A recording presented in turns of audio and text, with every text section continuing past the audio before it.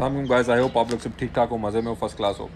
अब इस वक्त हमारे पास मुझे पता है कि हम लोग 2-3 साल से जो हैं वो फंसे हुए हैं, ख़ासतौर पे ऑल्ट्स में, क्योंकि ऑल्ट्स में रैली नहीं आई।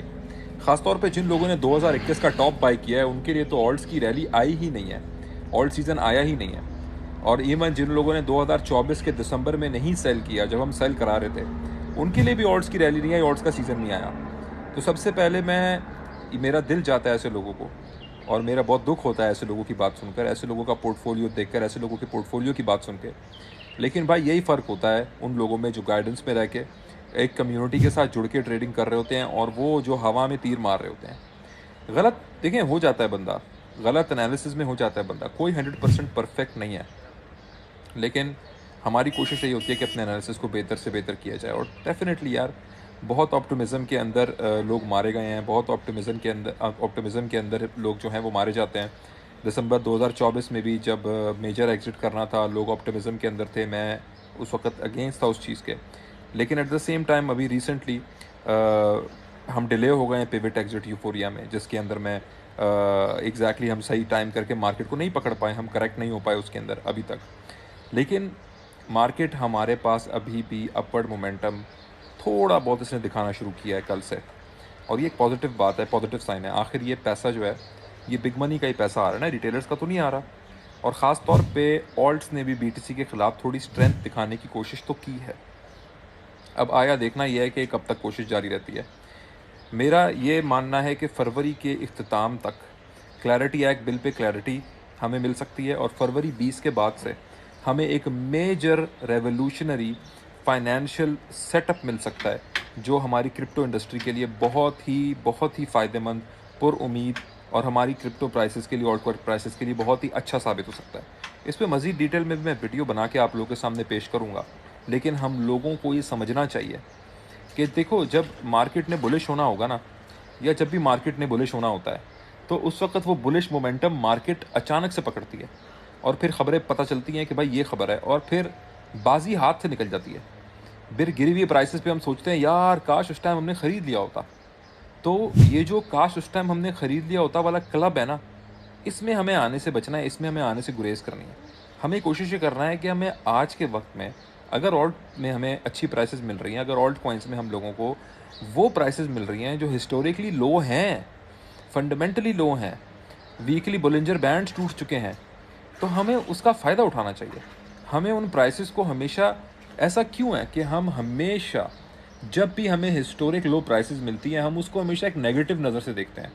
हम उसको हमेशा नेगेटिव नज़र से देख के मिस कर बैठते हैं, और फिर बाद में हम सोचते हैं कि यार ये मौका हमारे हाथ से निकल गया। उस टाइम पर हर कोई कहता था क्रिप्टो डेड है, ऑल्ट कॉइन डेड है, और ये मौका हमारे हाथ से निकल गया। ये ना हो उसी तरह ये मौका भी आपके हाथ से निकल जाए। और देखें जी, जब बीटीसी 16,000 पे था दिसंबर 2022 में, जनवरी 2023 में, तो नवंबर से लेकर 2 महीने तक, और दिसंबर में बड़ी क्रेजी कैपिचुलेशन थी बिटकॉइन पे। किसी को नहीं मालूम था कि इतने टाइम तक यहाँ फंसा रहेगा। देखो, हम जोन आइडेंटिफाई कर सकते हैं, मार्केट की डायरेक्शन आइडेंटिफाई कर सकते हैं, लेकिन कब तक मार्केट कहाँ फंसी रहेगी हम इसको आइडेंटिफाई नहीं कर सकते। इस लायक इस वक्त मार्केट में कोई भी नहीं हुआ। ये मैं आपको लिख के बता रहा हूँ, गारंटी दे के बता रहा हूँ। जो ये बात करता है, या वो तुक्का मारता है, या आपसे झूठ बोलता है, गलत बयानी करता है, आपका धोखाबाजी करता है, फ्रॉड करता है, आपसे झूठ बोलता है, कोई भी नहीं इस लायक कि वो बता सके कि बीटीसी अगर इस जोन में है तो इतने टाइम तक रहेगा और फिर यहाँ जाएगा। हम ये बता सकते हैं कि मोमेंटम अपवर्ड है, लेकिन जिस जोन में मार्केट इस वक्त फंसी हुई है और फंसे हुए हैं, पिछले 3 महीने से फंसे हुए हैं, ये कब तक फंसे रहेंगे एग्जैक्टली हम टाइम नहीं कर सकते।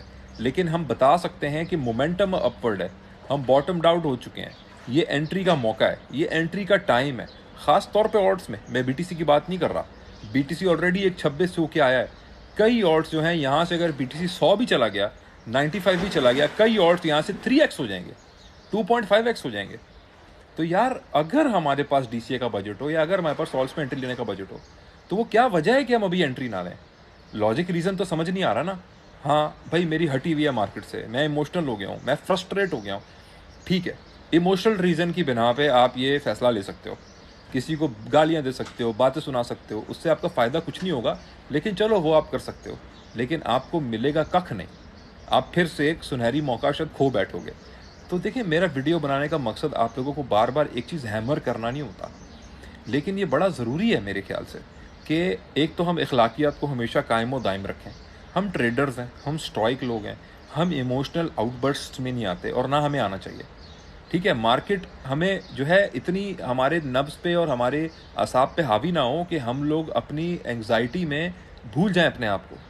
ठीक है, हमें बल्कि मार्केट को अनइमोशनल होके मार्केट के अंदर सेंटिमेंट्स को माइनस करके देखना होगा कि यार ये आज अपॉर्चुनिटी है कि नहीं है। अगर आज आप फर्स्ट टाइम आपने चार्ट खोल के देखे होते क्रिप्टो मार्केट के, तो क्या आज की मार्केट आपको अपॉर्चुनिटी नज़र आती? ऑफ कोर्स अपॉर्चुनिटी नज़र आती जब 50-50%, 80-80% चीज़ें रिट्रेस होकर बैठी हुई हैं। आप कब बाय करते हो? जब चीज़ें 80-80% डाउन होती हैं या 80% अप होती हैं।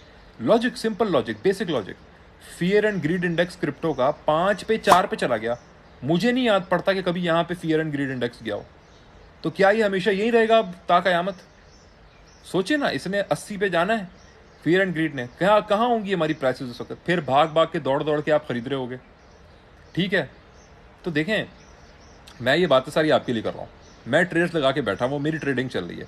बुल आर्मी की ट्रेडिंग चल रही है। बुल आर्मी के अंदर हमने सारे सिग्नल्स लॉन्ग के दिए हुए थे, परसों से आज हिट हो गए हैं, सारे टीपीज मार रहे हैं अपने। ठीक है, हमारा 70K का टीपी भी बीटीसी का 65K से लॉन्ग का चल रहा है। तो बुल आर्मी के अंदर हम इंटैक्ट हैं, हम लोग ट्रेडिंग कर रहे हैं, हम रोज़ मार्केट की डायरेक्शन को पकड़ के कमाने की कोशिश कर रहे हैं।